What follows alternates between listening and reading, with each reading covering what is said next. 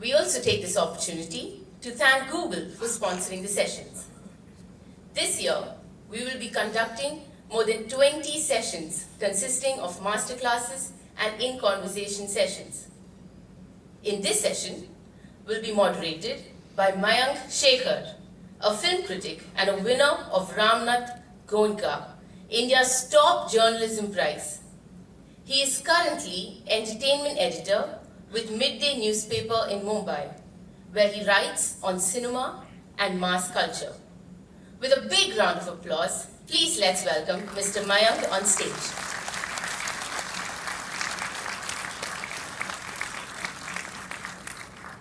And now, please put your hands together for Pankaj Tripathi, a recipient of the National Award on 2 occasions.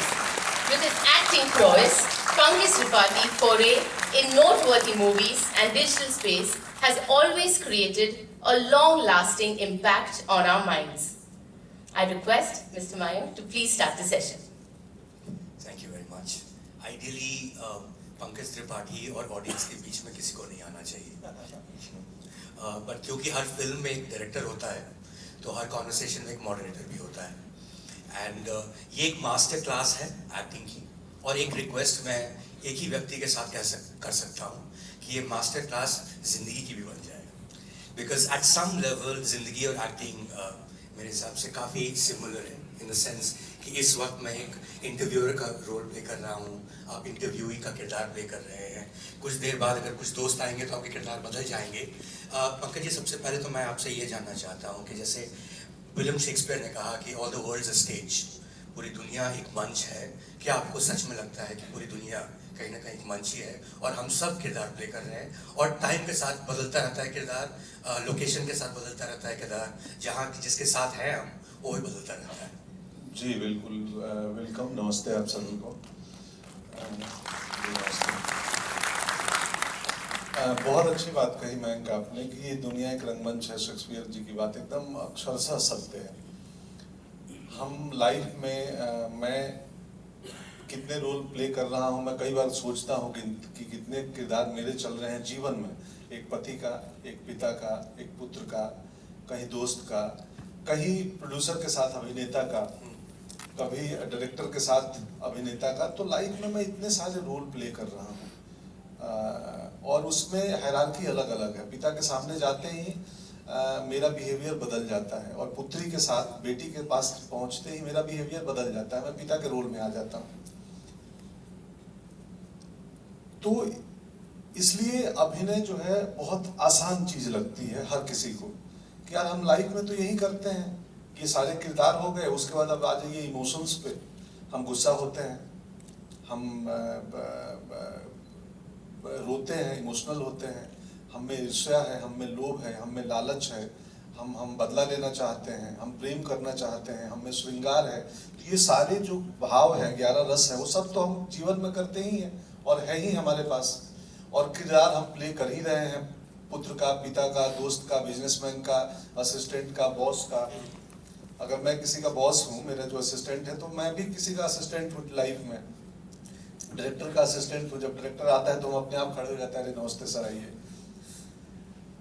तो किरदार हम life में play कर रहे हैं, और सारे इमोशन भी हम जीवन में परफॉर्म कर रहे हैं। तो अभिनय तो आसान काम है, यही तो करना है। जी, जब आप कोई और व्यक्ति प्ले करते हैं, और चाहे वो किसी भी शेड का हो, अच्छा आदमी हो या बुरा आदमी, उसके बीच में कम से कम 100 शेड होते हैं, और आप उसकी ज़िंदगी जीना चाहते हैं या जीते हैं उस समय, तो क्या ऐसा होता है कि क्योंकि आप किसी और की ज़िंदगी समझने की कोशिश कर रहे हैं, एक एम्पैथी आती है, समानता आती है सोच में, तो कोई अच्छा एक्टर हो, क्या ये ज़रूरी है कि वो अल्टीमेटली अच्छा इंसान भी बन जाएगा? जी बिल्कुल, मैं इसी पे आ रहा हूँ।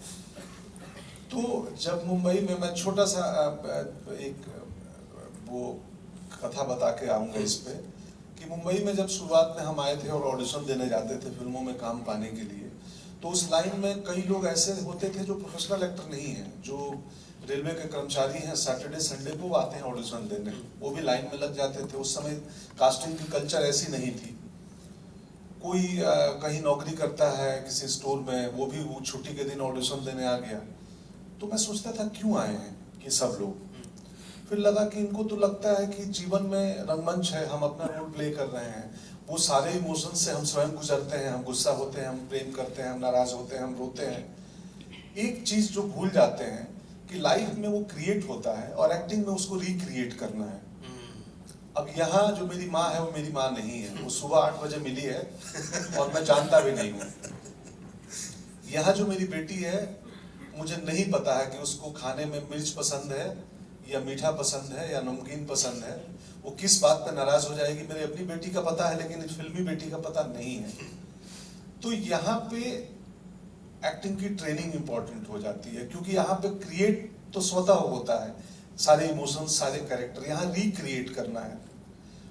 तो इसलिए एक्टिंग के ऑडिशन में मैं उन दिनों ये सोचा कि इसलिए भीड़ है कि हर किसी को लगता है मैं तो एक्टर ही हूँ, यही तो करना है जो जीवन में है, लेकिन एक बारीक अंतर है कि रिक्रिएट करना है।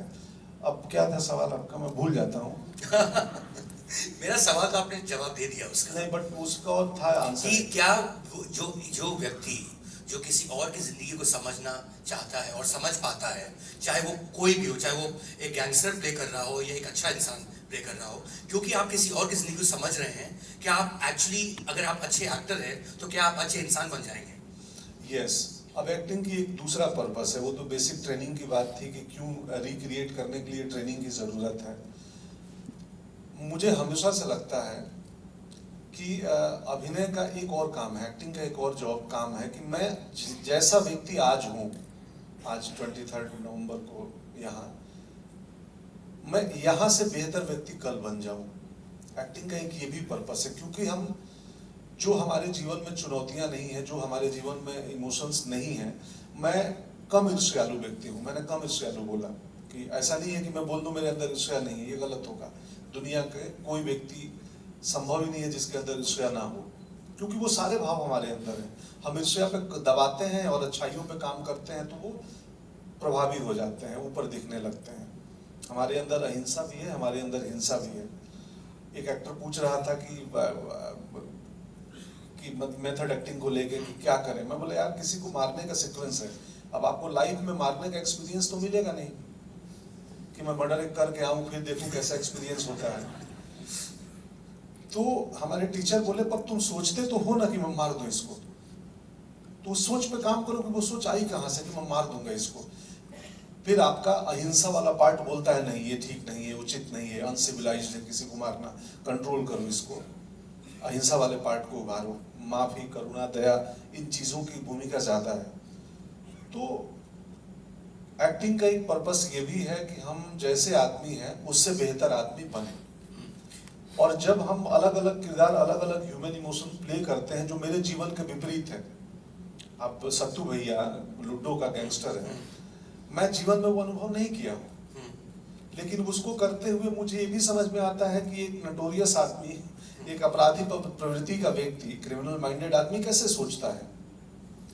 तो बतौर एक्टर हम किरदारों को करते हुए थोड़े बतौर इंसान भी समृद्ध होते हैं। हमें अपने साथ साथ दूसरों का एंगर, दूसरों की पीड़ा, दूसरों का दर्द, दूसरों का प्रेम सब समझ में आता है। और जब आप दूसरों की इमोशन समझने लगते हैं तो धीरे धीरे बेहतर आदमी बनने लगते हैं। पंकज जी, एक बात बताइए, रॉबर्ट डे निरो साहब ने एक बार कहा कि I'd rather be more interesting actor than an interesting person। अगर कोई व्यक्ति जिसकी पर्सनालिटी बहुत स्ट्रॉन्ग हो, does that make that person less likely to be a good actor? कोई इतनी स्ट्रॉन्ग पर्सनालिटी है तो वो दूसरा व्यक्ति कैसे प्ले करेगा? हमारे टीचर कहा करते थे कि एक्टर जो है वो कच्ची मिट्टी होते हैं, और उनको अपना कच्चा मिट्टी समझ रहे हैं ना आप लोग, गीली मिट्टी, उसको शेप देना आसान होता है, लेकिन वो सूख जाए, पक जाए तो फिर शेप नहीं दिया जा सकता, देने जाएंगे तो टूट जाएगा। तो एक्टर की बॉडी भी और विचार भी फ्लेक्सिबल होना बहुत जरूरी है कि वो आसानी से मोल्ड कर सके अपने आप को। हम गुरु के पास जाते हैं तो वो कच्ची मिट्टी से घड़ा बना देगा, वो ग्लास बना देगा, वो पिकॉक बना देगा, अलग अलग शेप दिया जा सकता है। इसलिए एक्टिंग की ट्रेनिंग में फिजिकल फॉर्म की बड़ी भूमिका हो जाती है कि योग करें।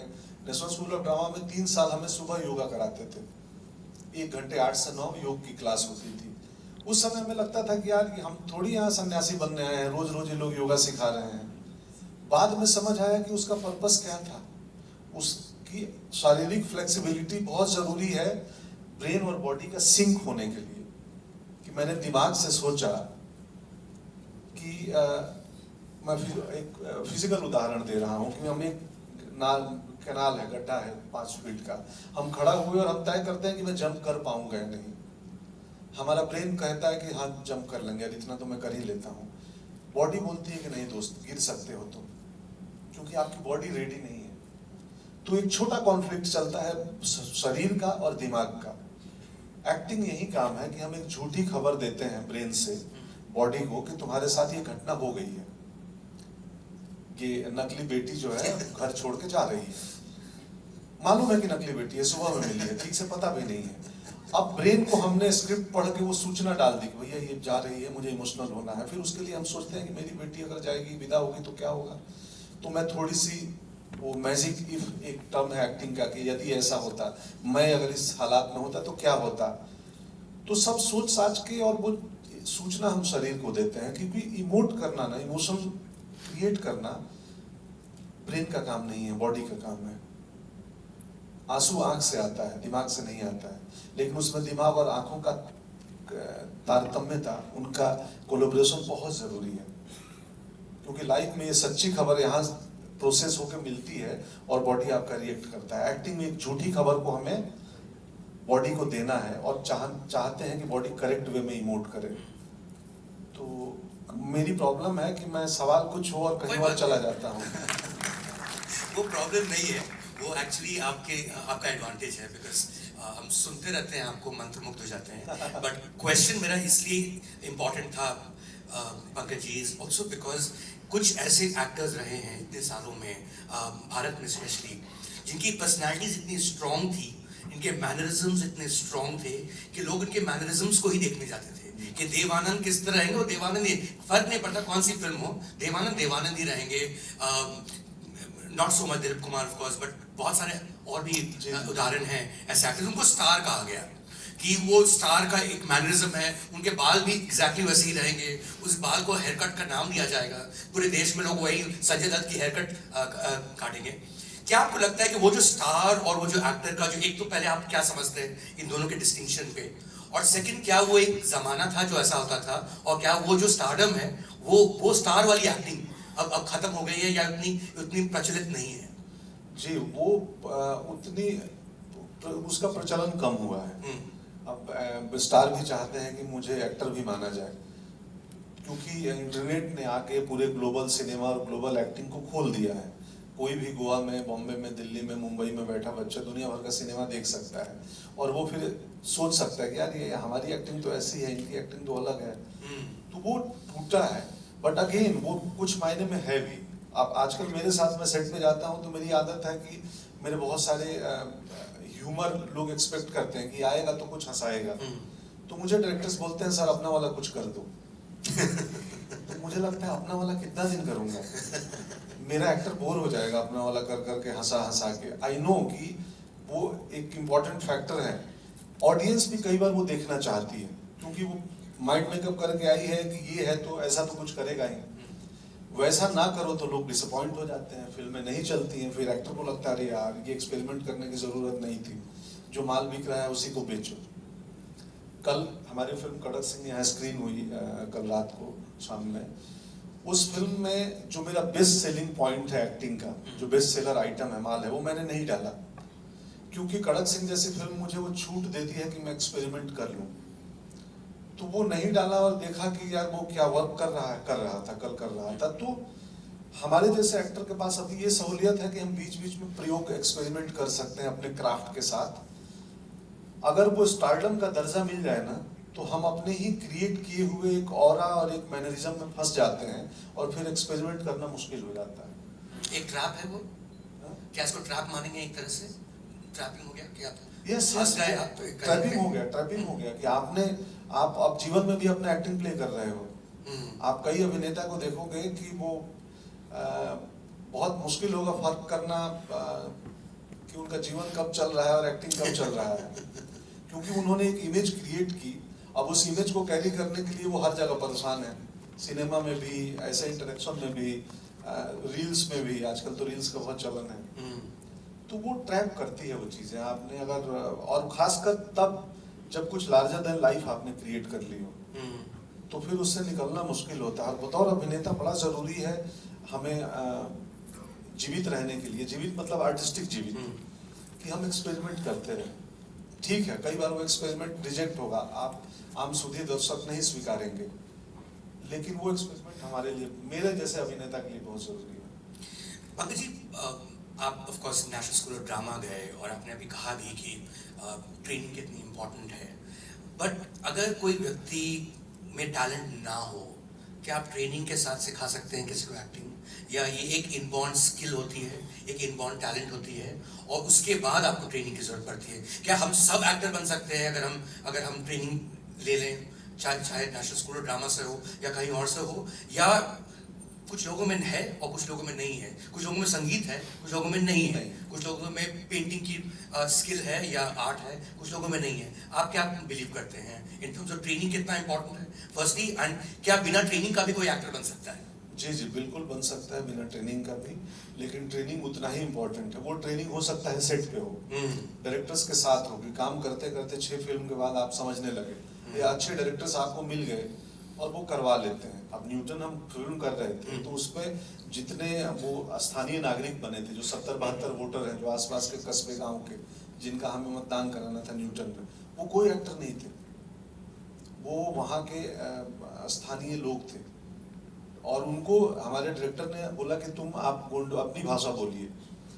तो वो जब अपनी भाषा, वो उनकी अपनी जो लैंग्वेज थी वो बोल रहे थे, मैं सीन में खड़ा हूँ, जो सरपंच बने हैं चाचा, तो वो गोंडवी में कुछ बोल रहे हैं और मैं देखा कि अरे यार ये इतना रियल लग रहा है, अगर मैं अब यहाँ संवाद अदायगी शुरू करूँगा तो मैं नकली लगूंगा, कि इतना जेन्युइन लग रहे हैं। तो मैंने तुरंत अपने क्राफ्ट को खत्म किया और बिल्कुल बातचीत की तरह आ गया कि एक दो लोग जो एक दूसरे की भाषा नहीं समझते हैं, मैं हिंदी बोल रहा हूँ, वो कोई अपनी ट्राइब्स लैंग्वेज वहाँ की बोल रहे हैं, तो मैं कैसे इनसे बात करूँ, सिर्फ इसलिए कि मैं इनके सामने मैं एक्टर न लगूं, क्योंकि ये रियल व्यक्ति हैं। तो ट्रेनिंग जरूरी है, और डायरेक्टर अच्छा हो तो कई बार पत्थर से भी एक्टिंग करवा सकता है। और क्या था दूसरा हिस्सा सवाल का? मेरे सवाल का जवाब हो गया सर। कुछ और था उसमें मेरे, और नहीं, मेरा ऑफ कोर्स पहला ये सवाल था कि क्या किसी से भी एक्टिंग की जा सकती है, जैसे कि अगर आप, जैसे आपने कहा कि एक अच्छा डायरेक्टर पत्थर से भी एक्टिंग करवा सकता है, पर वो पत्थर है, वो बार बार अच्छी एक्टिंग नहीं कर पाएगा, बार बार नहीं कर पाया। जब तक उसको अपना रोल प्ले करना है ना, उस एक टाई आदिवासी व्यक्ति का जो मतदान करने आया है, उसको एक दिन आप दे दीजिए कि अब आपकी अर्बन पोस्टिंग हो गई है, आप भिलाई में बैंक कर्मचारी बन चुके हैं, तो वो बेचारा परेशान हो जाएगा कि इसका तो ये कैसे करूं मैं। तो इसलिए आप अपने के बियॉन्ड, जब कोई और प्ले, कोई और इमोशंस प्ले करने जा रहे हैं जिसका एक्सपीरियंस आपकी लाइफ में नहीं है, उसके लिए ट्रेनिंग की जरूरत है। फर्स्ट टाइम जब आपने फेस किया camera, Pankaj ji, this after you finished drama school, क्या याद है वो मोमेंट? क्या शॉट था, क्या सीन था जब आपने पहली बार कैमरा के सामने आप आए? हाँ, मैं कैमरा देखा, फिल्म का कैमरा तो पहली बार मैं देख रहा था, तो उसका लेंस कुछ इतना बड़ा था, तो मुझे लगा कि फिल्म का कैमरा तो बहुत बड़ा होता है। वो टेली लेंस लगाए थे, अब जाके समझ रहा हूँ कि वो कौन सा लेंस था। टेली लेंस की लंबाई थोड़ी ज्यादा होती है। तो मैं कैमरे को देखता रहा कि अच्छा इसमें कैप्चर होगा, ये कैसे होगा, मुझे कुछ पता नहीं मार्ग पे कहाँ पहुँचना है। तो बोला आप यहाँ आइए, मैं बोलूँ यहाँ आऊँ, अब मैं चलते चलते चल रहा हूँ और मैं नजर है मेरी मार्ग पे पहुँच रहा हूँ कि नहीं, तो ऐसे देख भी रहा हूँ कि मैं मार्ग पकड़ लूँ। बोला अरे नीचे क्यों देखे? मैं बोला आपने ही तो कहा था वहाँ आइए, तो मैं बिना देखे वहाँ कैसे आऊँगा? तो मुझे, क्योंकि मैं थिएटर किया था, थिएटर में मार्किंग की ट्रेनिंग नहीं होती है, जोन होता है। एक लाइट वाइज हमने 9 डिवीजन में स्टेज को बांट दिया है कि उस जोन में है, अपर स्टेज में है, सेंटर स्टेज में, लोअर स्टेज में है। सिनेमा में तो एग्जैक्ट मार्क पे पहुंचना है, क्योंकि फोकस पुलर ने वहाँ का मेजरमेंट करके रखा है। तो मैं चलते शॉट में मैं चोरी करने लगा, मार्क मेरा किधर है? बोला नहीं, आपको देखना नहीं है, पहुंचना है। अब मैं परेशान कि बिना देखे कैसे पहुंचेंगे। करते करते अब आदत हो गई है कि एक बार कमरे में आते हैं और बिन बताए यहाँ मार्क कहाँ है, अच्छा ठीक है चलो।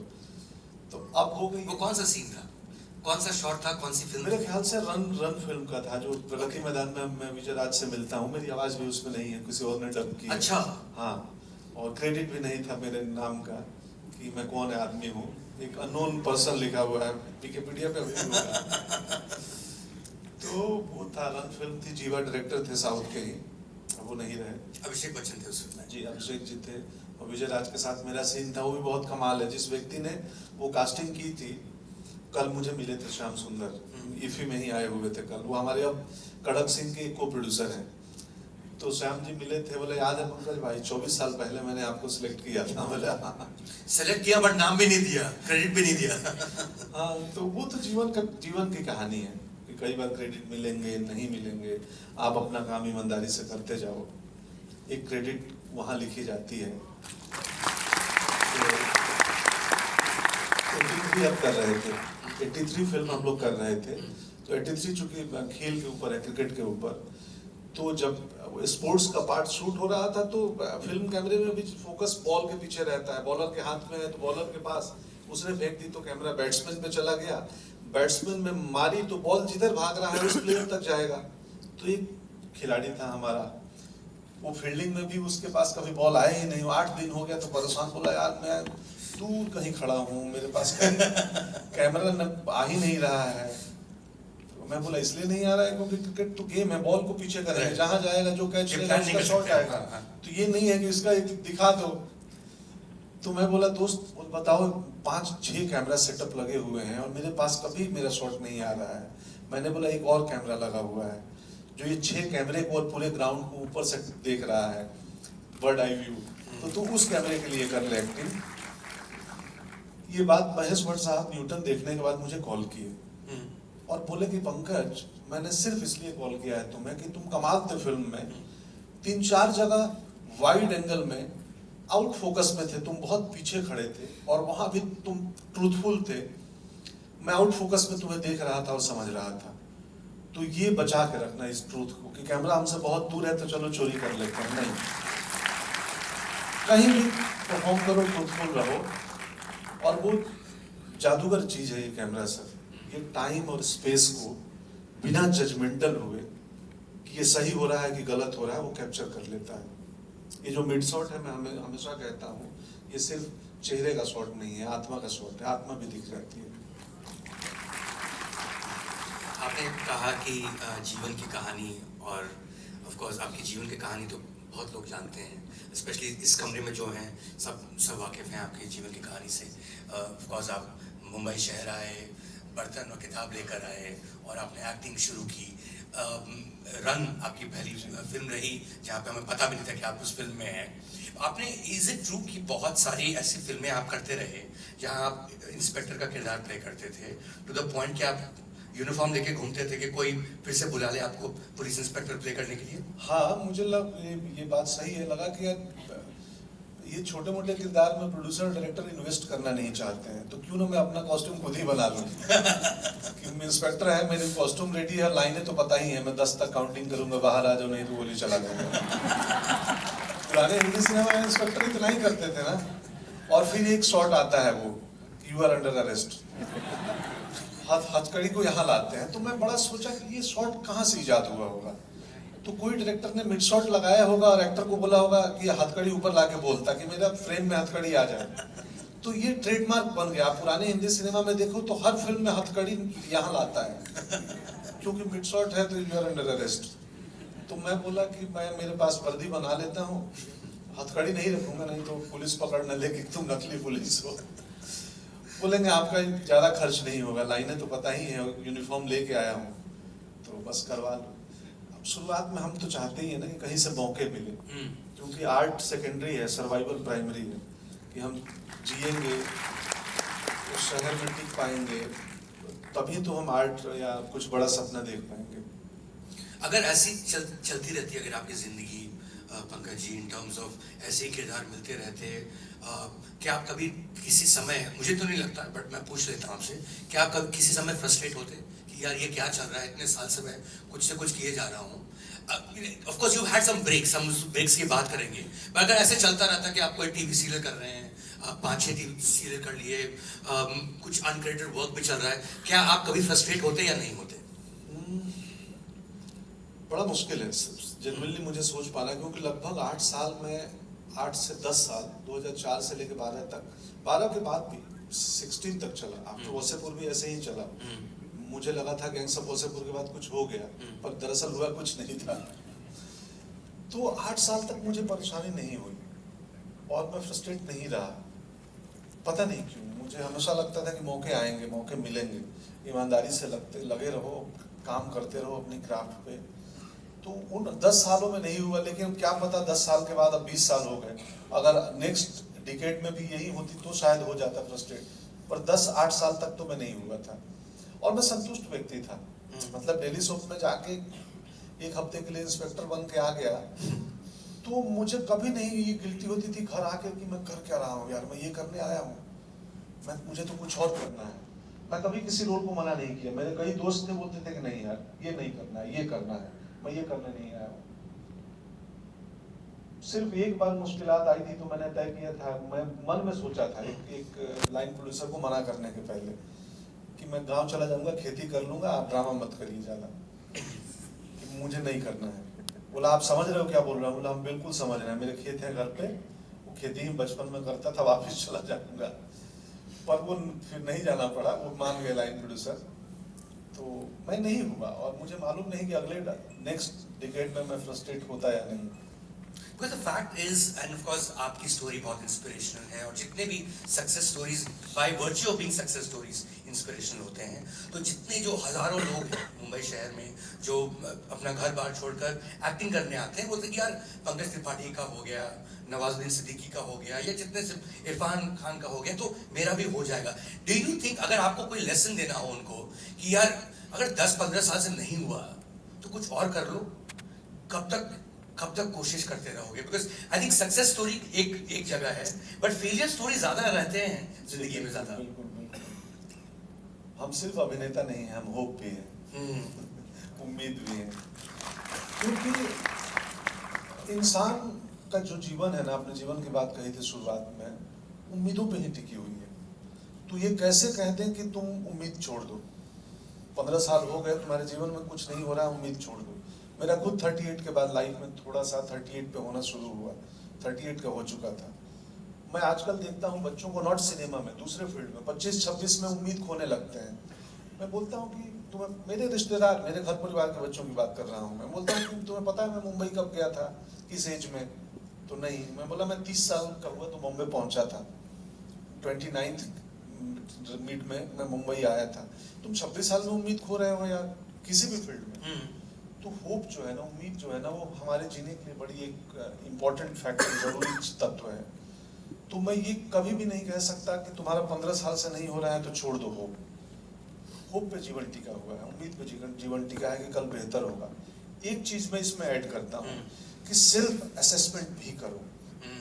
सिर्फ होप और उम्मीद ही ठीक नहीं है, कि आप उम्मीद और होप से न्यूरो सर्जन नहीं बन सकते हैं, हाँ आर्किटेक्ट नहीं बन सकते। उसके लिए ट्रेनिंग होगी, उसके लिए ट्रेनिंग के बाद परिश्रम होगा, फिर सेल्फ असेसमेंट होगा कि सच में न्यूरो सर्जरी में मेरा इंटरेस्ट है क्या, मैं सिनेमा में एक्टर बनना क्यों चाहता हूँ, पॉपुलर होने के लिए, ग्लैमर के लिए, लाइमलाइट के लिए, ज्यादा पैसे कमाने के लिए, या कि मेरे सर्वाइवल के लिए आर्ट उतना ही इम्पोर्टेंट है। तो वो सेल्फ असेसमेंट आवश्यक है। और वो कोई भी व्यक्ति अगर बहुत सही तरीके से मूल्यांकन करेगा, मूल्यांकन, हाँ सेल्फ असेसमेंट को मूल्यांकन बोलते हैं, तो उसको समझ में आ जाएगा कि दोस्त नहीं, खुश रहने के लिए और आर्टिस्टिक अप्रोच रखने के लिए जीवन का कोई भी फील्ड कम नहीं है। आप किसानी करके, आप छोटी सी अपनी दुकान चला के अपना आर्टिस्टिक अप्रोच उस दुकान में सामान के डिबिया को सजाने में भी रख सकते हैं। आपका एस्थेटिक्स जो है ना, किसी भी फील्ड में दिख सकता है जीवन में, तो जरूरी नहीं है कि सिनेमा में ही दिखे। तो ये जरूर मैं बोलता हूँ कि मूल्यांकन करें और होप भी रखें, लेकिन मूल्यांकन करें कि क्या मैं इसके लिए बना हूँ, या इसमें लगाव क्यों है। सिर्फ नाम दाम पैसे ग्लैमर के लिए है, या कि बहुत इंपॉर्टेंट है आर्ट हमारे लिए। थोड़ी देर पहले मैंने बोला कि सर्वाइवल इंपॉर्टेंट है, आर्ट सेकेंडरी है। मैं देखता हूँ अक्सर वर्सोवा में आता जाता हूँ, और वर्सोवा में अब किराए बढ़ गए हैं, क्योंकि हर घर में 4 फ्लोर के घरों में सब में एक्टर रहते हैं, सस्ता ही है थोड़ा सा वर्सोवा, बॉम्बे में यारी रोड में। तो मैं देखता हूँ वो भीड़ और समझता हूँ कि, और उसमें कई बार हम शूटिंग में जाते हैं और कोई एक एक्टर हमें दिखता है कैमरे के पीछे भी अपनी तैयारी करते हुए, और दूर से हम भाप लेते हैं कि यार इस लड़के में कुछ बात है, स्पार्क है। कई बार देखता हूँ कि जूनियर आर्टिस्ट के किरदार में कोई लड़का है जो सिर्फ पासिंग कर रहा है, और उसका डेडिकेशन देख के मुझे लग जाता है कि यार इस लड़के को मौका मिलेगा ना तो ये कुछ करेगा। और कई बार डायरेक्टर बोल देते हैं कि पंकज जी देख रहे हो या उस लड़के को, पीछे वाले को, हाँ कुछ है उसमें, आग है, पीछे है, वो नहीं आ रहा है, वो नहीं चाह रहा है कि हम संबंध बना लें, हेलो सर कर लें ताकि मुझे ये काम दे। वो सिर्फ अपने काम में सिंसियरिटी से लगा हुआ है, और उसमें वो बात भी है सर, वो दिख जाती है दूर से। अगेन भीड़ बहुत है मुंबई में, आसान नहीं है। तो आप जब हमारे कंट्री में बोलता हूँ कि रेलवे का कंफर्म टिकट मुश्किल है ले पाना, तो एक्टर बनना भी तो उतना ही मुश्किल होगा ना। तो पर दुनिया ऐसे ही चलती है, होप है, उम्मीद है। कलाओं का तो यही काम है ना कि हम आपके थिन और थिक में आपको प्रेरणा दे दें, हौसला दे दें, बेहतर व्यक्ति बनाएं। तो आर्ट फॉर्म का एक बिजनेस और 100 करोड़ क्लब के साथ साथ ये भी एक काम है। पंकज जी, आपने कहा कि गैंग्स ऑफ वासेपुर की आपने, जो कि 2012 में आई, और एक तरह से एक फाउंटेन हेड थी वो पिक्चर। आप थे उसमें, जयदीप अलावत थे, राजकुमार राव थे, इन सबको हम पहले नहीं जानते थे, ये सब थे उस फिल्म में। एंड ऑफ कोर्स आपने सही कहा कि आपकी जिंदगी उस फिल्म से बदली नहीं। जयदीप अलावत की भी नहीं बदली, राजकुमार राव की थोड़ी बदली होगी, बट वो तो फिल्में करने लगे उसके बाद। लेकिन आपकी जिंदगी क्या कह सकते हैं कि बदली अराउंड 2016 इन टर्म्स ऑफ प्रोमरीज। ओटीटी प्लेटफॉर्म का एक रेवोल्यूशन सा आया, और उसके सबसे बड़े स्टार बने Pankaj Tripathi ji. Would that be correct to say? क्या कहना सही होगा? बिल्कुल सहमत हूँ मैं आपकी बातों से, क्योंकि ओटीटी जब हिंदुस्तान में आया, मैंने भी मूल्यांकन किया कि ऐसा क्यों हुआ। तो ओटीटी हिंदुस्तान में आया तो हिंदुस्तान के जो हमारे हिंदी सिनेमा के जो बड़े एक्टर्स थे, उन्हें लगा था ये दूसरा टीवी आया है, कि एक तो टीवी वो चैनल्स चल रहे थे जीईसी, अब ये कोई दूसरा टीवी आया, हम तो सिनेमा वाले हैं तो टीवी में क्यों आए। तो शुरुआत में बड़े लोग थोड़े स्केपिस्ट थे, तो इन प्लेटफॉर्म्स ने शायद ये तय किया कि टैलेंट चुनो और उनको बड़ा बना दो। मुझे याद है पहली होर्डिंग मेरी मिर्जापुर में लगी थी। हाँ, और मैं देखा कि यार अकेले कुर्सी पे ऐसा पैर करके बैठा हुआ हूँ। कालीन भैया, हाँ, कालीन भैया के बैग फैन आए।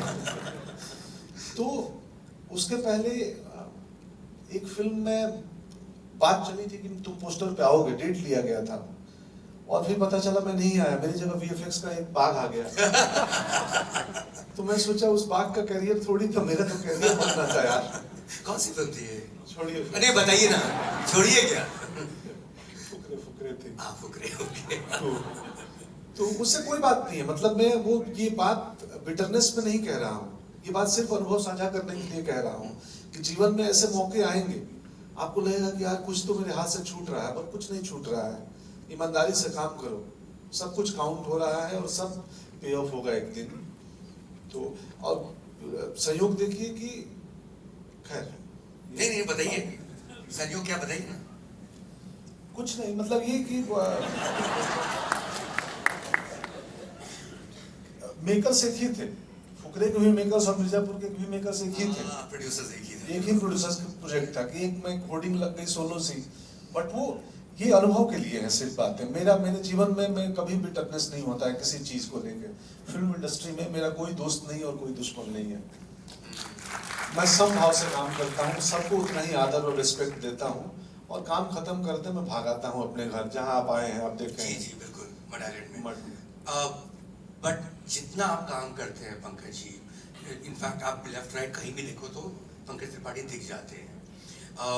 जब आप इतने सारे किरदार प्ले करते हैं एट द सेम टाइम, आप कहीं, अभी कल रात को आपकी फिल्म रिलीज हुई, प्रीमियर हुई, अभी आपके कोई और फिल्म करने जा रहे हैं, वो खत्म हुई, दूसरी स्टार्ट हुई, आई एम श्योर 10-15 और होंगे। एक हफ्ते में तीसरी का पोस्टर रिलीज हो रहा है। कभी डर लगता है कि यार रिपीट ना कर रहे हो आप, बिकॉज कोई थमने का मौका नहीं मिल रहा है, कोई पॉज नहीं है, एक के बाद एक के बाद एक, कहीं लगता है कि यार किस चेहरा वही है, शरीर वही है, उसको तो आप बदल नहीं सकते। So is that a fear at any point कि कुछ जैसे आपने पहले वाली फेयर की बात की, स्टारडम वाली फेयर की, कि रिपीटिशन ना हो, उसके लिए आप क्या करते हैं? वो है, वो बिल्कुल मुझ में वो सोचता हूँ, फेयर से ज़्यादा मैं उसको सोचता हूँ। और ये सत्य है कि मैं कुछ भी कर लूँ, मैं अपने नाक की साइज को बड़ा छोटा नहीं कर सकता हूँ। आइदर किसी में आवाज़ पतली कर लूँ, मोटी कर लूँ, बॉडी लैंग्वेज थोड़ी सी स्पाइन झुका लूँ, स्पाइन सीधा कर लूँ, वॉक बदल सकता हूँ। लेकिन वो भी मेरे अगर 10-12 अलग अलग किरदार के मैनरिज्म है तो वो देखते देखते लोगों को समझ में आने लगेगा। अगेन एक और चीज इस पे है जो मैं कहता हूँ कि ये वेब शो में, वेब सीरीज में आपको सीजन 1, 2, 3 मेरे 3 तो चल ही रहे हैं। मिर्जापुर, क्रिमिनल जस्टिस के तीसरा चौथा पार्ट चल रहा है, तो उसमें सेम रिपीट करने का ही काम है कि जो अर्लियर किया है उसी को रिपीट करो। तो मैं बहुत ध्यान देता हूँ। मैंने सोचा अगले दिनों से थोड़ा स्लो डाउन हो जाऊंगा। एक और चीज जो बारीकी की बात है कि मैं, अब पेंटिंग को आप दूर से देखो तो एक पेंटर की 10 पेंटिंग एक जैसी लगेगी, लेकिन कुछ देर रुको और पास आके देखो तो उसमें फाइन अंतर दिखेगा। तो मैं अपने किरदारों में, जैसे मिर्जापुर का कालीन भैया और गुड़गांव का Kehri Singh almost similar space के लोग हैं, या सत्तू लूडो का जो गैंगस्टर है वो भी एक गैंगस्टर है। ये तीनों गैंगस्टर हैं एक किस्म से, लेकिन आप, और तीनों में लगभग लुक सेम ही है, मेरी दाढ़ी है वैसी की वैसी, बट आप ध्यान से देखोगे तो उसमें बहुत फाइन सा अंतर है, क्योंकि तीनों की हिस्ट्री अलग मैंने बनाई थी। किरदारों की एक हिस्ट्री होती है जो दिखती कम है। आप लिखते हैं, बैक स्टोरी लिखते हैं आप? हाँ, या ध्यान में रखते हैं? ध्यान में रखता हूँ, लिखता नहीं हूँ, मैं सोचता हूँ, काफी सोचता हूँ उस पे, बैक स्टोरी पे कि ये कौन होगा, कहाँ से आया होगा। तो वो सोच के और फिर तभी वो डिसाइड करती है कि आगे इसकी लाइन कैसी जाएगी। और 2 से 3 दिन शूट करने के बाद मुझे वो किरदार गाइड करने लगता है। 2 दिन तक मैं हवा में तीर चलाता हूँ, मुझे समझ नहीं आता है होगा कैसे, तो कभी कुछ कर रहा हूँ। तीसरे दिन से मुझे वो किरदार गाइड करने लगता है कि भाई मेरे को ऐसे ट्रीट करो और मुझे ऐसे डील करो, और फिर मैं छोड़ देता हूँ। मैं तय करके नहीं जाता हूँ कैमरे के सामने कि आज ऐसी एक्टिंग करूँगा। लाइनें 10 बार 50 बार पढ़ के जाता हूँ, सिर्फ 50 बार पढ़ता हूँ मैं हर सीन, और फिर वहां जाके जो होता है वो एक्शन और कट के बीच में वही होता है। पंकज जी, जब आप अभी तो बहुत ही ज्यादा बिजी हैं, और जब आप कम बिजी थे तो एज एन एक्टर क्या आप किस तरह आप अभ्यास करते थे? क्योंकि अगर म्यूजिशियन है तो वो म्यूजिक बजा के अभ्यास कर सकता है, कोई स्पोर्ट्स पर्सन है तो वो प्रैक्टिस करेंगे। एक एक्टर को एक रिएक्शन की जरूरत है, एक एक्टर को एक स्क्रिप्ट की जरूरत है, एक एक्टर को एक प्रॉपर परफॉर्मेंस की जरूरत है। जब आप घर में बैठे हैं तो एक एक्टर कैसे प्रिपेयर करता है अपने आप को? बहुत बढ़िया सवाल है और बहुत बहुत व्यापक है। ये एक एक्टर के प्रिपरेशन का जो रेंज है, जो एरिना है, वो बहुत बड़ा है। कि आपको लिटरेचर पढ़ना होगा, आपको अपने जीवन को भी देखते रहना होगा कि मेरा जीवन कैसा चल रहा है इन टर्म्स ऑफ एवरीथिंग। मेरे पिता के साथ मैं कैसे परफॉर्म करता हूँ, वही रंगमंच है दुनिया, समाज में क्या चल रहा है, उतना ही ऐतिहासिक एविडेंस जरूरी है। कल मैं गोवा आया तो गोवा के बारे में पढ़ रहा था बहुत कुछ, तो मुझे ये परसों ज्ञात हुआ कि गोवा को इंडियन आर्मी लगी थी और 3 दिन का ऑपरेशन चला था 1961 में 18-19 दिसंबर को, और ऑपरेशन विजय नाम दिया गया था गोवा के फ्रीडम में। तो ये तो खैर, तो एक्टर को ना वो हिस्ट्री, जियोग्राफी, सोशल घटनाक्रम के साथ साथ जितनी ये सब एक्सटर्नल चीजें हैं जो मेरे हाथ में नहीं है, जो एक्सटर्नल घटित हो रही हैं बाहर, मेरे इंटरनल क्या क्या घटित हो रहा है वो भी पहुंच देखना पड़ता है। हम अपने जीवन को भी ऑब्जर्व करते हैं। हम जीवन जी तो रहे हैं साथ में, लेकिन मैं खुद अपने जीवन को ऑब्जर्व कर रहा हूँ, खुद मैं स्वयं को एक्सप्लोर कर रहा हूँ। आजकल मेरे बारे में एक छवि बन गई है कि बहुत विनम्र हम्बल आदमी है, हर दूसरा व्यक्ति बोलता है। मैं अब सच में मूल्यांकन कर रहा हूँ कि मैं जेन्युइनली इतना हम्बल हूँ या कि मैं बहुत तेज आदमी हूँ और ये हम्बल होने का अभिनय करता हूँ, अभी तक कोई पकड़ नहीं पाया है। ये मैं डिस्कवरी में लगा हूँ, क्योंकि मुझे नहीं पता कि मैं कहाँ कहाँ अभिनय कर रहा हूँ। तो क्या सच में हूँ? गुस्सा आते हैं मुझे भी, मैं बदले के भाव आते हैं कि मैं बदला लूंगा इससे, लेकिन मैं समय के साथ ओवरकम कर लिया हूँ कि कोई मतलब नहीं है बदला लेके और गुस्सा करके मैं सामने वाले से पहले अपना नुकसान करूंगा। तो गुस्सा छोड़ दो, किसी भी बुरे से बुरे हालात में आता है, ऐसा नहीं कि नहीं आता है, मैं बोलूंगा नहीं आता है, विद इन सेकंड मेरे ये थॉट उस पर हावी होते हैं कि टाइम वेस्ट होगा दोस्त तुम्हारा, कहाँ खर्च कर रहे हो इसमें समय, छोड़ दो। फिर मुस्कुरा के आगे चला जाता हूँ। तो एक्टिंग के लिए ताली बजाई दीजिए। संकोच किसके? भारद्वाज सर है क्या? नहीं, अच्छा नहीं, हाँ नहीं आप नहीं है। सर यहाँ कॉन्वर्सेशन यहाँ चल रहा है, आप कहाँ देख रहे हैं? नहीं मुझे दिख गया उनके जैसा जावेद साहब है क्या, तो खैर जी हाँ अभी जो बोल रहे थे ना कि अपने आसपास क्या घटित हो रहा है वो भी देखना है, तो मुझे मालूम है यहाँ कौन कौन लड़की कौन कौन लोग रिकॉर्डिंग कर रहे हैं, वो भी देख रहा हूँ मैं। मेरे मन में मूल्यांकन चल रहा था कि क्या ये जर्नलिस्ट है, क्या ये फिल्म प्रेमी है, क्या करेंगे इस रिकॉर्डिंग का। रील बनाएंगे, सब रील बना रहे हैं। हाँ वो देखिए, नमस्ते नमस्ते, मैंने आपको शुरू में ही देख लिया था, तो मैं मान चला था कि जागरण में खबर तो आएगी ही। पंकज जी, ये जो ह्यूमिलिटी की जो बात है, जो सब करते हैं कि कितने हम्बल हैं, आई थिंक इसलिए भी कहते हैं क्योंकि एक फेम के साथ एक एरोगेंस आता है, और बहुत नेचुरल सी चीज है कि, और वो चीज सिर्फ एक्टर्स के साथ होता है, डायरेक्टर्स के साथ उतना नहीं होता है, कैमरामैन के साथ उतना नहीं, वो सारे टैलेंटेड लोग हैं, राइटर के साथ उतना नहीं होता है, बट एक्टर कहीं घुस जाए और इतने लोग पंकज त्रिपाठी प्रेमीज सारे बैठे हुए हैं, कितना मुश्किल होता है इस लेवल के एड्यूरेशन को एब्जॉर्ब कर पाना, कि आपका दिमाग ना खराब हो। बिकॉज मैंने बहुत लोगों को देखा है पंकज जी कि थोड़ा सक्सेस मिल जाता है, उनका दिमाग खराब हो जाता है, इट्स अ फैक्ट, और फिर वो धरती पर आते हैं और फिर वो ठीक हो जाते हैं। बट वो जो इमीडिएट जो एक जो सुनामी आती है पब्लिक की, कि आप कहीं भी घुस जाए और लोग आपको मॉब कर देंगे, जो आपने देखा आपके साथ हुआ, वो हैंडल कैसे करते हैं और उसका करने का तरीका बेस्ट क्या है? इसके लिए थोड़ा सा अध्यात्म आवश्यक है, आध्यात्मिक होना जरूरी है, क्योंकि आज से 10 साल पहले मुझे पता है कोई नहीं जानता था, इसी गोवा कला अकादमी में मैं 3 साल की एक्टिंग कोर्स होती है, मैं यहाँ आया हूँ, मेरा दोस्त पढ़ता था, मैं यहाँ रहा हूँ 3 साल नहीं, मेरे ख्याल से 12-15 साल पहले। तो मुझे बाहर रूम लेना था, जिस लड़के ने मेरी मदद की रूम लेने में, वो अब मीडिया में है गोवा में ही, कल मुझे मिला बेतैफी में, तो इशारों में बात हुई, मैंने बोला कल आना इधर, पता नहीं अभी है कि नहीं। वो कमरा लेने में, सामने लेन में, अपोजिट लेन में घर दिलवाया था उन्होंने मुझे। तो आध्यात्मिक होना जरूरी है कि 10-15 साल पहले इसी गोवा में मुझे कोई नहीं पहचानता था, और ये मुमकिन है कि 15 साल बाद इसी गोवा में मुझे कोई नहीं पहचानेगा।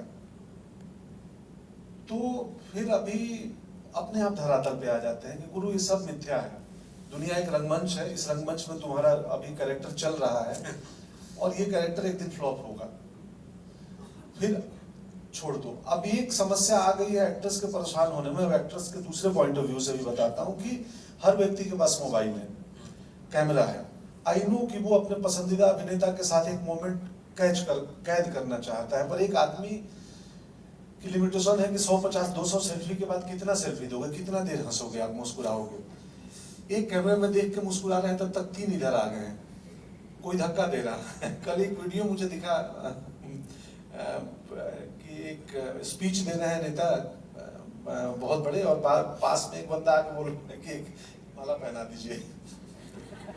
वो बोले जा रहे हैं माला पहना दी, बोले अरे रुक जाओ यार, मेरे को बोलने दो। तो वो मोबाइल्स और कैमरा, आई नो कि सब प्रेम करते हैं इसलिए तस्वीर लेना चाहते हैं, मैं भरसक जितना संभव होता है, आज आ रहा था, घुस रहा था, चूंकि 3 नंबर गेट में कंफ्यूजन हो गया, मैं 12:28 हो गया था, मैं समय का बड़ा पाबंद व्यक्ति हूँ, चाहता हूँ समय पे पहुंचूं, मैं भागे हुए आ रहा था, जो मैम बैठी वहाँ ऊपर चश्मा लगाए लाल कपड़ों में, उन्होंने वो मुझे गेट पे मिली और बोली कि सेल्फी ले लें। हाँ वो मैम, हाथ उठाइए आप अपना, ये मैम सेल्फी ले लो। मैं बोला मैम मैं लेट हो रहा हूँ, माफी चाहता हूँ, मुझे समय पे अंदर पहुंचना है, तो मुझे भाग जाने दीजिए। तो मैं भाग आया, यहाँ आते मैंने देखा कि मैम यहाँ बैठी हैं, और कि इस सवाल और क्या नजर है सर आपकी, मतलब क्या बात। क्योंकि अभिनय स्मृतियों का खेल है, एक्टिंग जो है ना वो मेमोरीज, यादों का खेल है, तो हम चेहरों को भी याद रखते हैं। हम मेरे साथ प्रॉब्लम है कि मैं कई बार बहुत भूलता भी हूँ, लेकिन उतना ही मैं याद भी रखता हूँ नई पुरानी चीजें। सवाल भूलता हूँ इसलिए क्योंकि मेरे थॉट्स बहुत चलते हैं, एक सवाल के मुझे 10 आंसर समझ में आता है, कौन सा दूं, क्या बोलूं के चक्कर में बेसिक भूल जाता हूँ, मुझे क्या। बट आपने ये सवाल का तो आंसर किया इन द सेंस कि फेम जो आती है एक्टर के लाइफ में, जब इतने लोग आपको पसंद करने लगते हैं इमीडिएटली, जबकि आप वही काम कर रहे थे उसके पहले भी, राइट? कभी कभी लगता है कि मैं ही भगवान हूँ। वो पावर जो है ना, पावर सत्ता की एक मूल प्रवृत्ति होती है, ये पॉपुलर होने की एक मूल प्रवृत्ति होती है कि वो अपने साथ ये एलिमेंट लेके आएगा कि आपका दिमाग खराब हो। व्यक्ति खराब नहीं होता है, वो समय का खेल है। उस समय में सबसे ज्यादा अवेयर रहना है हमें कि बॉस ये टाइम ही, जो शीर्ष पे बैठा होता है ना, अटल जी की कविता है, मैं अटल जी किरदार कर रहा था तो उनकी कविता मैं बहुत पढ़ा, बहुत अच्छी लगी मुझे कि शीर्ष पे बैठा व्यक्ति अकेला होता है। मेरा फोन फ्लाइट मोड पे ही रहता है क्योंकि मैं कितनी बात कर पाऊंगा, मुझे काम करना है। मैं वैसा व्यक्ति हूँ कि मैं सेट पे शूटिंग के दिन फोन बंद रखता हूँ क्योंकि मुझे मेरी पत्नी को भी बात करना है तो किसी टीम मेंबर को बोलती है और अति आवश्यक हो तभी मुझे कॉल करती है। मैं बोलता हूँ बैकअप के बाद मुझे बताना घर की समस्याएं, अभी मुझे इस काम पे फोकस करने दो। तो चरित्र है पावर का कि वो आपका दिमाग खराब करेगा, इसमें व्यक्ति की गलती नहीं है, ये समय का खेल है।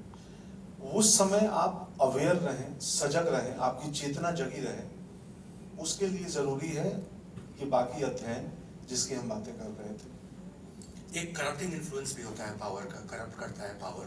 बट एक और जो चीज एक्टर की जिंदगी में आती है, सक्सेसफुल एक्टर की जिंदगी में आती है, इज सिर्फ आप एक्टिंग नहीं करते हैं, आप प्रचार भी करते हैं, right? And that is in fact that may be your main profession. मुझे, if I am not mistaken Pankaj ji, मुझे लगता है आप अराउंड 25 प्रोडक्ट्स एंडोर्स करते हैं। जी। हाँ, 25 या ज्यादा ही होगा, एक दो ज्यादा ही होंगे, एक तो ज्यादा ही होंगे।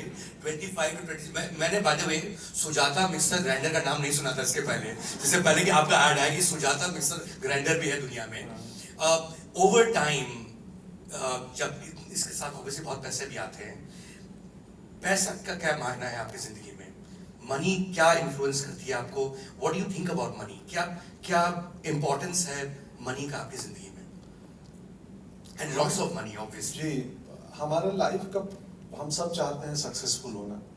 सक्सेसफुल होने की क्राइटेरिया में एक इम्पोर्टेंट चीज है मनी का, पैसे का, उससे भी आंकते हैं। पर सक्सेसफुल होने के बाद मीनिंगफुल होना बहुत जरूरी है, सार्थक होना। जीवन सफल तो हो गया, सार्थक कैसे होगा? सार्थक तब होगा जब उस मनी का सदुपयोग हो, वो 10 लाख के जूते खरीदने में ना जाए। तो मैं मिडिल क्लास व्यक्ति हूँ। मैं पिछले दिनों किसी को बोल रहा था, मैं एक रोटी मुझे छोड़ना बहुत तकलीफ दे लगता है थाली में, जूठन छोड़ दूं मैं, क्योंकि मैं वो दुनिया देखा हूँ अन्न पैदा करने का। मिडिल क्लास सोच है। सिर्फ इनकम टैक्स भरने जाता हूँ तो पता चलता है कि तुम मिडिल क्लास नहीं हो। इनकम टैक्स बोलता है कि आप सुपर रिच में आते हो। मैं बोला नहीं, मैं तो मिडिल क्लास आदमी हूँ। बोलते नहीं, आपके अकाउंट्स मिडिल क्लास के नहीं है। तो पैसे का यही रोल है कि वो सार्थक हो। मैं चुपके से बहुत सारे ऐसे काम करता हूँ क्योंकि वो भी अगेन बड़ा क्रिटिकल है कि आप चैरिटी करो, कुछ अच्छा काम करो और उसके बारे में फिर बातें करने लगो। तो दान ऐसा हो कि दाहिने हाथ ने किया, बाएं हाथ को पता ना चले। बट ये डिजिटल और गूगल के युग में बहुत मुश्किल है ये कर पाना। जैसे गांव में मैंने एक छोटा सा विद्यालय का अपने किया और वो इतने यूट्यूबर आ गए और इतनी वीडियोस बन गई, मैंने आज तक उसका एक सोशल मीडिया पोस्ट नहीं डाला है अपने से। लेकिन अभी इस इंटरनेट के ज़माने में अच्छाई भी और बुराई भी और मिस इन्फॉर्मेशन भी संभव है। आज हमारे मीडिया के कई साथी बैठे हैं, ये भी एक थॉट आया कि आज की हुई बातों के कई प्रकार की हेडलाइन भी बन सकती हैं जो हमारे वश में नहीं है। ठीक है, तो क्या था? आपके जीवन में इतने पैसों का क्या मायने है? कोई मायने नहीं है। 6x6 के बिस्तर पे सोते हैं, वही आटा की रोटी खाते हैं। हाँ, दुनिया की सबसे महंगी चीज ये घड़ी गिफ्ट में मिली है। 2 घड़ियां आपको दिख रही होंगी, इसलिए कि मैं चेकआउट करके निकला, मैं यहाँ से एयरपोर्ट जाऊंगा तो मुझे लगा घड़ी छूट ना जाए, तो मैंने दोनों बांध ली। कि छोटी चीजें छूट जाती है ड्रॉर में साइड टेबल पे, तो दोनों बांध लिए। पत्नी ने दिया है तो ये मुझे बहुत पसंद है। मैं इसके पहले घड़ी मुझे पसंद नहीं था, सिर्फ समय का पाबंद होना पसंद था। तो पति ने दिया तो मुझे अच्छा लगा, तो मैं ये बांध लेता हूँ।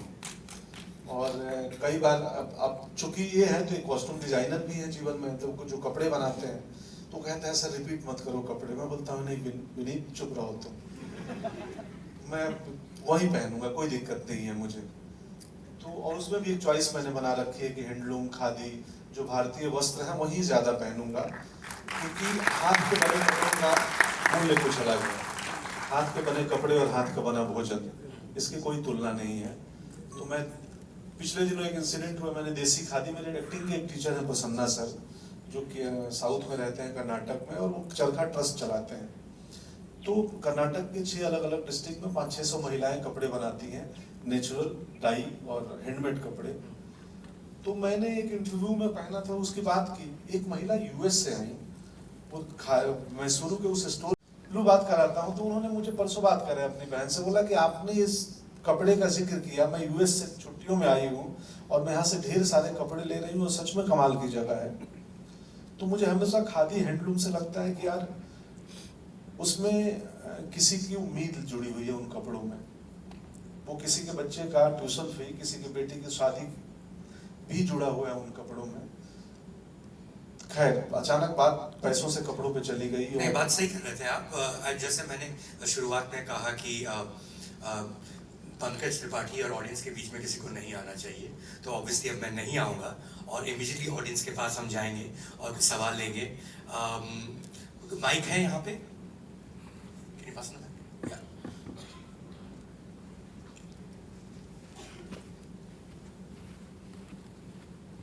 थोड़ा जल्दी कर दें, या आप उठ के पूछ भी सकते हैं। हाँ, पूछ सकते हैं, हाँ पूछ सकते हैं, सुनाई देगा। Hello, sir. Ji. Sir, towards your left. Yeah. Left. Hello, sir. Hi, this is Dr. Pooja, and I'm here from Bangalore. I'm a big fan of your work. So, from Bihari to Bihari, I just want to ask you a simple question: that when it comes to understanding the society and the roles that you pick usually, did you ever feel that the roles that are coming your ways are also sometimes stereotyped, that you will be projecting in a certain manner? Have you ever felt that? And also, if you allow me, sir, I also have a question for Mayank sir. That, sir, as a film critique, do you ever think that can you have a favorite actor or actress, and by having a favorite actor or actress, can you write about their work unbiased? Thank you. हाँ, मैं आपकी वो stereotype आते हैं। After Wasseypur मुझे कई लोग script और वो मटन काटने का चाकू भी लेके आते हैं। ये स्क्रिप्ट है और ये आपका प्रॉप्स है। तो जो चल जाता है, फिल्म मेकर चाहते हैं ऐसा ही कुछ कराओ। आफ्टर कालीन भैया मुझे कम से कम 4-5 वेब शो में गैंगस्टर के रोल आए, मैं बोला मैं ऑलरेडी ये कर रहा हूँ और दूसरा क्या कर पाऊंगा, रहने दो। आते हैं, बट लकीली मेरे जीवन में अच्छे स्क्रिप्टें आई, अच्छे डायरेक्टर्स आए, अनुराग बसु, होमी जानिया, अमित राय, अमरुद राय चौधरी, कि ये लोग इंटरेस्टिंग और अलग स्क्रिप्टें लाएं। तो अभी जो फिल्में आ रही हैं, इधर कड़क सिंह, इसके बाद अटल, रवि जाधव, तो ये सारे कमाल के डायरेक्टर्स हैं और थोड़ी अलग कहानियां हैं, और सिर्फ ये किस्मत से हुआ है कि ये कहानियां मेरे हिस्से आ गई। Thank you so much, sir. Hello. I would like to have an answer Hello. from Mayank. Yeah, no, quickly one. Of course, there'll be bias, but I think that bias is subconscious. हमें पता नहीं होता है वो bias हमारे अंदर। तो अगर conscious हो तो फिर गलत है, because then वो personal है। So वो होगा, and I think in terms of actors, of course, you will have your favorite actors, but I think more than favorite actors, personally मुझे as a movie critic मैं जरूर कह सकता हूँ कि I think a lot of good writing, a lot of good direction gets, a lot of great characters get confused for good acting. वो इसके पीछे जो काम जाता है। So a lot of great actors can deliver terrible performances because उसमें लिखाई इतनी बुरी थी, डायरेक्शन इतना बुरा था, फिल्म ही इतनी बुरी थी, and a lot of not so great actors can play amazing roles because और जो effort जो नीचे से गया। नमस्ते पंकज सर, नमस्ते मयंक सर। जी जी नमस्ते सर, मेरा नाम रोशना शंकर जाधव है और मैं SN रेड्डी महिला विश्वविद्यालय पुणे से आई हूँ, और हमारे साथ हमारे टीचर्स भी आए हैं। सर, आप एक पापा हो और मैं भी अपने पापा से काफ़ी ज़्यादा प्यार करती हूँ। तो हम आपको ना मोटिवेशन जो शायरी है पापा के ऊपर काफ़ी ज़्यादा आपको मतलब देखा है, फॉलो किया है, सुना है, लेकिन आज लाइव हो जाए 2 लाइन पापा के लिए। क्या लाइव पापा के लिए? 2 लाइनें जो आप हर बार मतलब शायरी बोलते हो पापा के लिए। अच्छा, मैं जो बोलता हूँ? जी सर, प्लीज। वो तो याद नहीं है मुझे।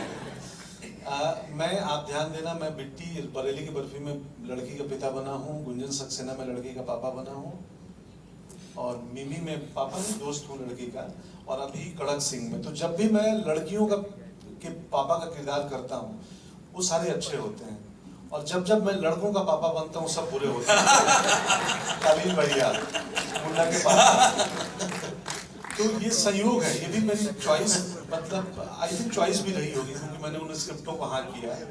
तो मैं जब लड़की रहा गुड़गांव में, ओ माय गॉड टू, जी जी, thank you ma'am, thank you.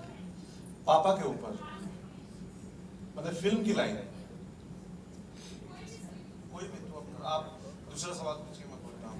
हाँ, आपका सवाल लेते हैं। या Sir, जहाँ माइक है वहाँ। good afternoon, sir. This is Mr. Ram Ravipalli. I am a filmmaker from Hyderabad. I love you very much, sir. Your acting style is very attractive. You are not the star. You are the method acting system-oriented actor. I need the actors like you, sir. Sir, if I want to do a film with you in Telugu, will you come to Hyderabad and cooperate with us, sir? जी, thank you so much sir.